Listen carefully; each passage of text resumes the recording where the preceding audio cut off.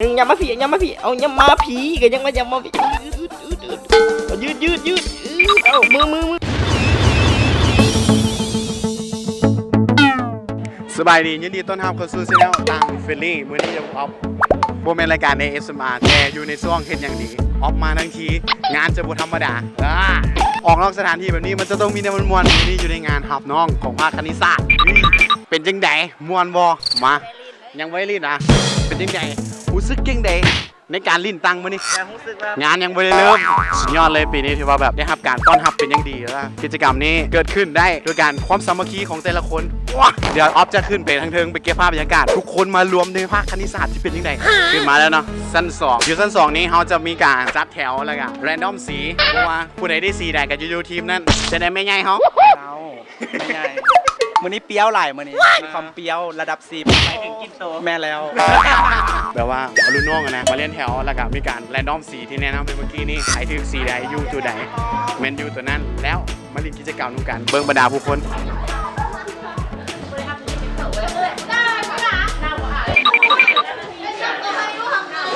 โอ้โหผู้สาวสุดยอดเลยตอนนี้ก็มูกำลังใหญ่ปวงเป้าแล้วก็แรนดอมสีเดี๋ยวพอโตไปเล่นกิจกรรมก่อนเลยว่าไปฮับสีกันว่าจะได้อยู่สีใดโอเคเนาะพร้อมมาทุกคนพร้อมสำนีมาพร้อมมาไป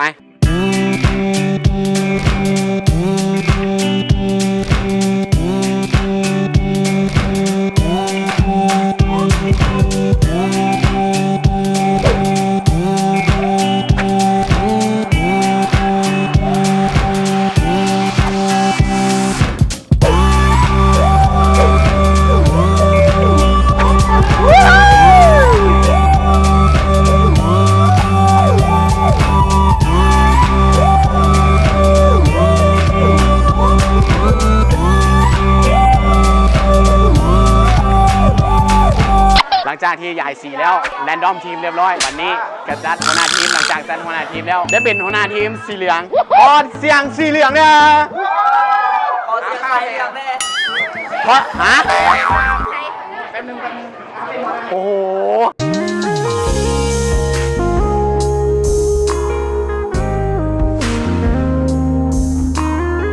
โอ้โหอยากกินเลย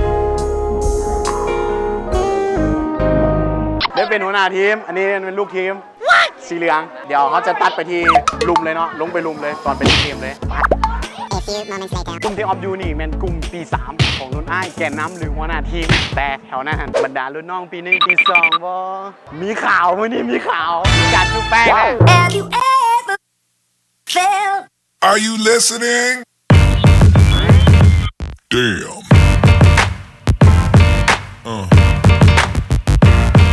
Yeah. หลังจากที่รอบัดดี้หรือว่าน้องรหัสของเขาแล้วคนที่ไปยืนเมื่อกี้นี่แมนคนมีครูมีน้องหมดแล้วแต่มีจำนวนหนึ่งนะยังบ่มีน้องอยู่พุ่น จะมีบทลงโทษติดตามต่อไปจะเป็นอะไรกระเจ้าซอกนุ่นเรื่อยกระเจ้าบ่เห็นให้เวลาเดือนหนึ่งซอกเขาบ่ไปซอกหรือว่าจะแดกกระเจ้าก็เลยลงโทษโดยการเต้นลิง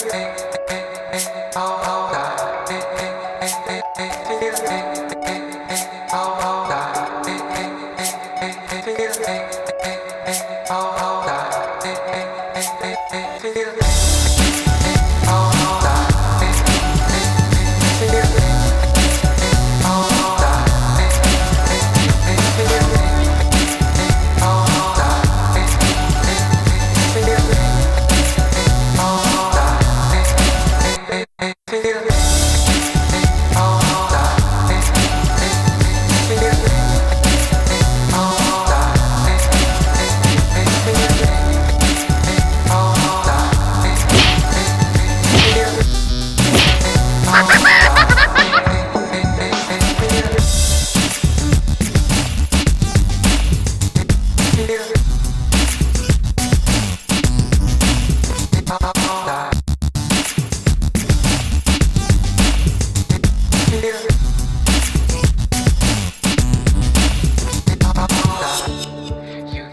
feel it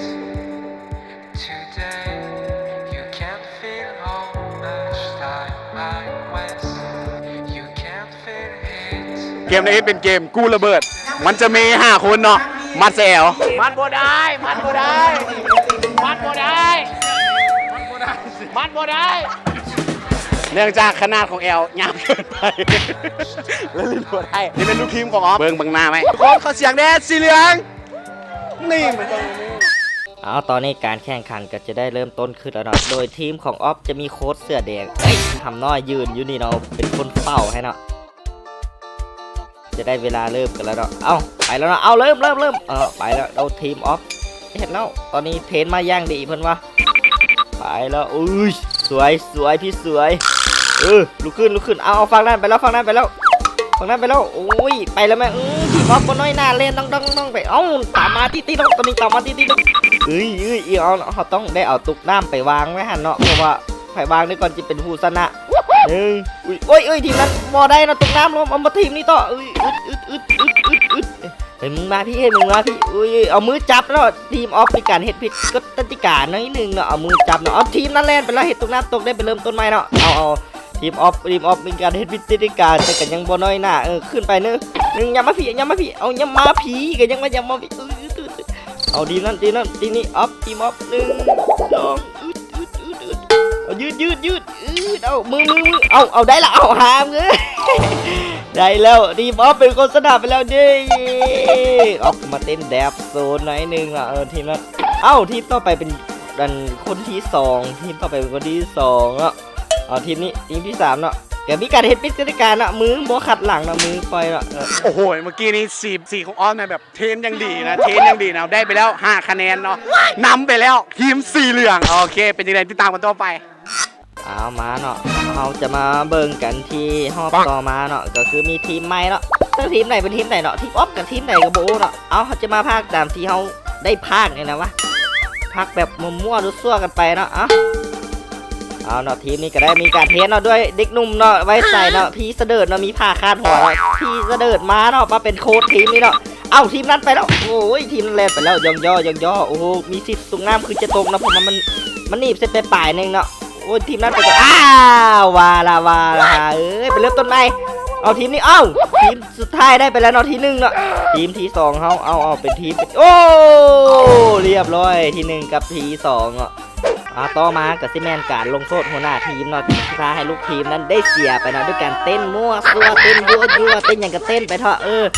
อฟเฮาเนาะซึ่งมีประสบการณ์เต้นมากกว่า 5,000 ปีเนาะจะได้มาโชว์สเต็ปการเต้นมือเดียวไปแล้วมือขี้ขาดก้นเลยไอ้เดี๋ยวมีการวิสลิงกันอีก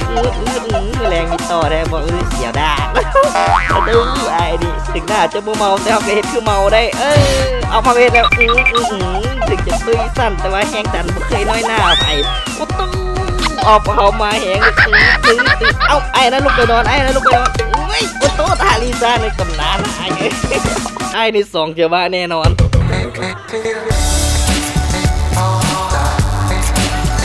โอ้โหหลังจากที่เล่นเกมแล้วเนาะออฟก็ไปย้ายเข้าไอ้แต่ละคนเบิ่งสีหน้าแต่ละคนก็อยากเข้าได้เก็บบรรยากาศภาพรวมๆของงานในตอนกินข้าวนี้แล้ว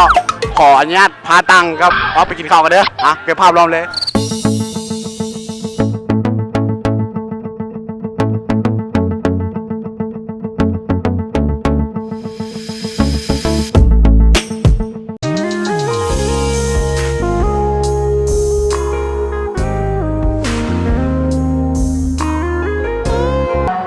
เนาะออฟก็ได้เจอเนื้อคู่เป็นคนที่2ละคือว่าจับมือกันอย่างแน่นแน่นกันเลยทีเดียว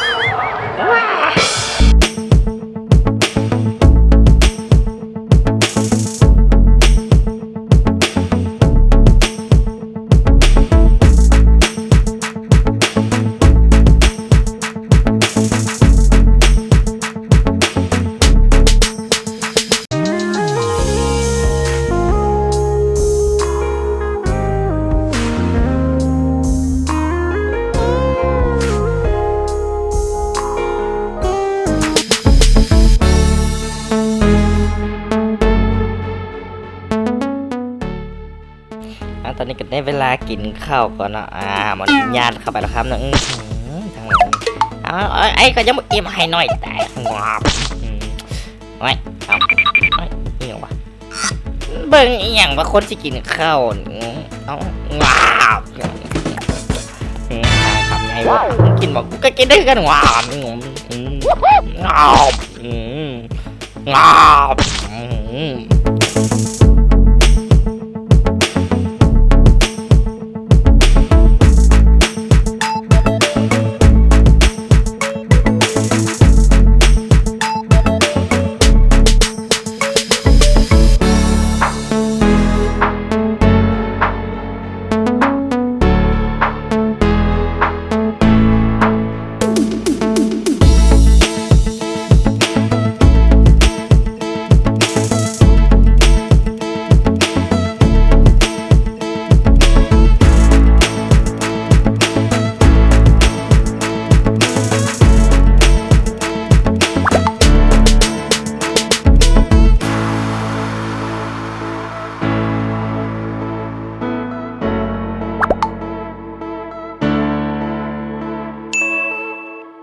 หลังจากกินข้าวแล้วก็จะพากันมาม่วนกันตอนพร้อมแล้วหรือบ่กันพร้อมแล้วอยากสิสวนเจ้าไปลงชงลงชาตื่นละไปลันนาคำแพงอย่าลืมเด้อกันตาเสียมน้อยไว้ก้นไว้แทงบางนอนแนงมันอาจสิเกิดอยู่หลัง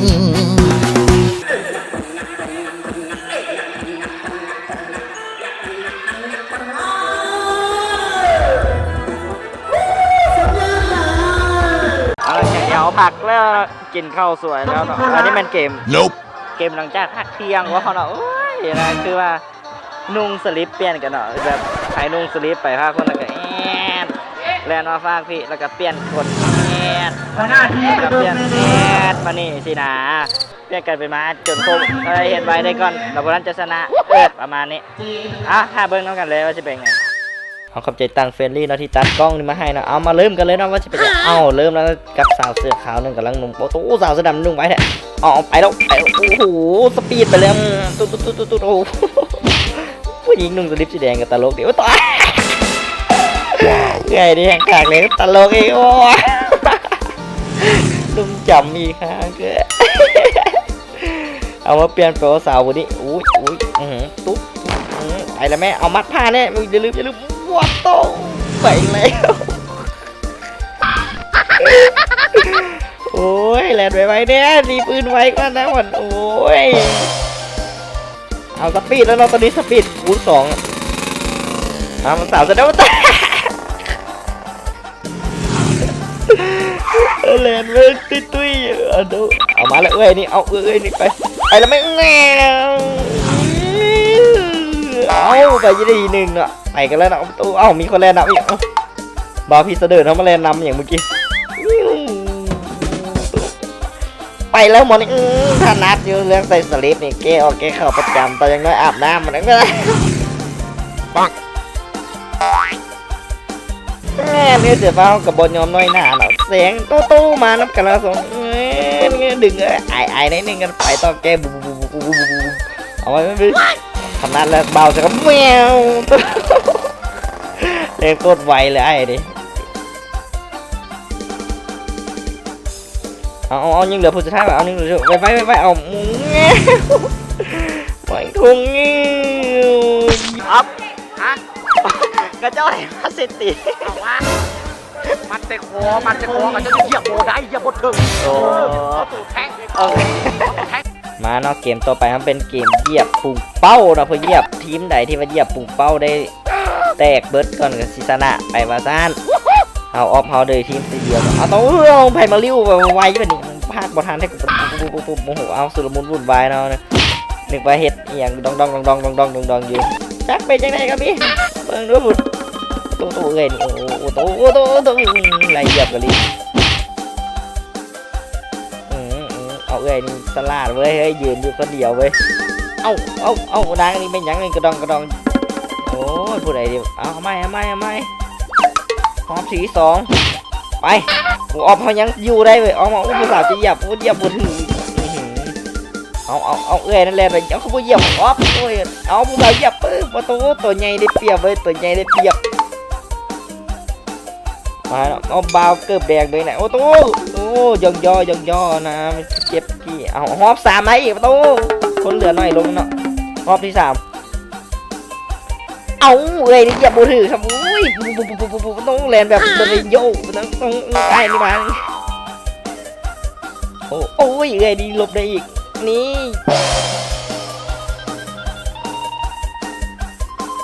โอ้จะให้ภาคดูบ่ได้เมื่อยว่าเบิ่งทางภาคจะภาคกันอย่างวะเอาเบาเสียงประตูเบานี่หลบได้โยเอาไปสู้โจกันยังเบิ่งเสียงนี่เอาตู้เบาบุกเบาแดงไว้เลยเมื่อกี้เอาเบาบุกเบาเหลืองโดดจับประตูแตกเอาซื่อเอามาหอบสุดท้ายเนาะหอบที่4บ่หรือหอบที่5เอามาเบิ่งกันโอ้ไปอย่างเงี้ยมาโอ้ตู้ปึก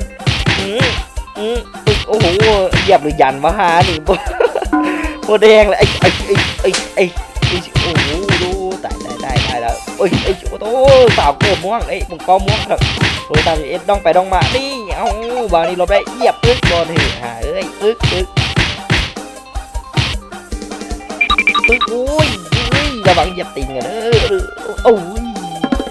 ยเอามีการตีกันเกิดขึ้นเนาะเอาปึ๊กเอาหมอนี่เนาะบาดเจ็บสาหัสเนาะแอมบูเลนซ์มาเลยเนาะอันนั้นรถตำรวจนะมึงไปแล้วเหลือ3-4 คนแล้วตอนนี้โอ้สาวตุ้งเป้าแดงยังโหโดดทีบเลยเอาตุ๊ดแตกเลยไอ้หนึ่งโอ้ยตีมันเลยมันยิงคนโหดเลยมันยิงตีเอาอันหนึ่งอันหนึ่งโบเห็นอย่างเลยตัวนี้ตุ้งเป้าส้มนี่โอ้ยืนอยู่ซื่อเอาไอ้เอาสู้กันเนาะปึ๊กเห็ดอย่างไรเคลียอย่างกันเอาบุกเป้าส่งตึกลุมตัวรอดได้บ่ตัวรอดได้บ่ยังไม่แตกบุกเป้าแดงโหดไว้โดดเหยียบเลยนี่บุกเป้าแดงโหดบ่นี่บุกเป้าแดงกับบุกเป้าเอาลุ้มมันโอ้เอาไม่เอาลุ้มตามนั่นครับปังไปแล้วเนาะบุกเป้าแดงเขาแตกไปแล้ว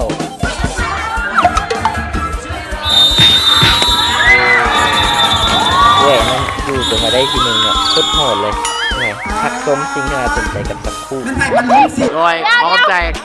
ทุกคนที่เบิ่งคลิปนี้จนจบ ว่าผู้สาวไรครับ OFC ว่าซั่น Nope. ขอขอบใจที่รับชมคลิปนี้จนจบใส่แว่นตานี่บ่แม่นว่าจะแดดมันเป็นจังซี่นะครับต้องได้ใจไว้นะทุกคนงานนี้เนาะอาจจะมวนบ่หลายหรือน้อยสำหรับผู้ใดก็ยากแต่งานนี้มีความหมายสำหรับพวกเขาภาคคณิตศาสตร์เนาะเพราะว่าหนึ่งเลยจากมือที่บูฮู้จักกันจากคนที่งานกายกันหลังจากงานนี้จบหลังจากงานนี้แล้วเป็นพี่เป็นน้องเป็นอ้ายเป็นคนรู้จักกันอ้ายฮักอ้ายแพงบางคนอาจจะได้คู่เป็นสู้เป็นแฟนกันกับมียังบ่พอรุ่นน้องสามารถ